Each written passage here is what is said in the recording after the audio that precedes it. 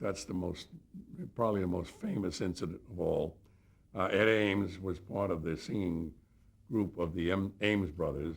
Then he broke out on his own. He had a nice career going, and then he got a part in a play, in a sitcom, not a sitcom, but in a drama for television.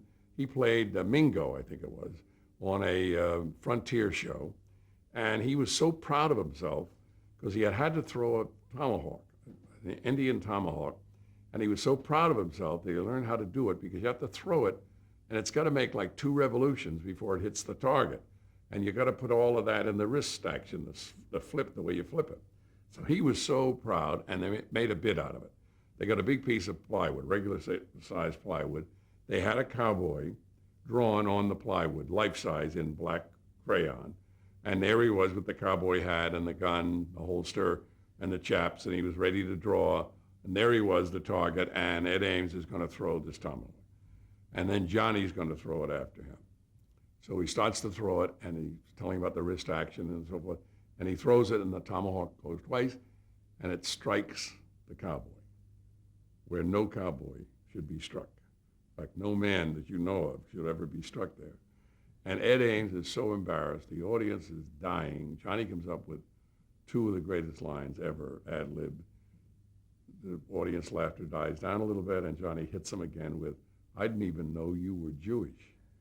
Big laugh, big laugh, big laugh, big up again, and then starts to go down again, and Johnny goes, "Welcome to Frontier Briss." Big laugh, big laugh, big laugh.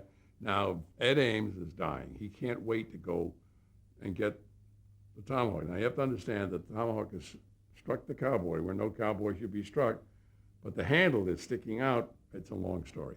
Anyway, he can't wait to go retrieve it. Johnny won't let him. And in his embarrassment, Ed Ames says, "Do you want to try it?"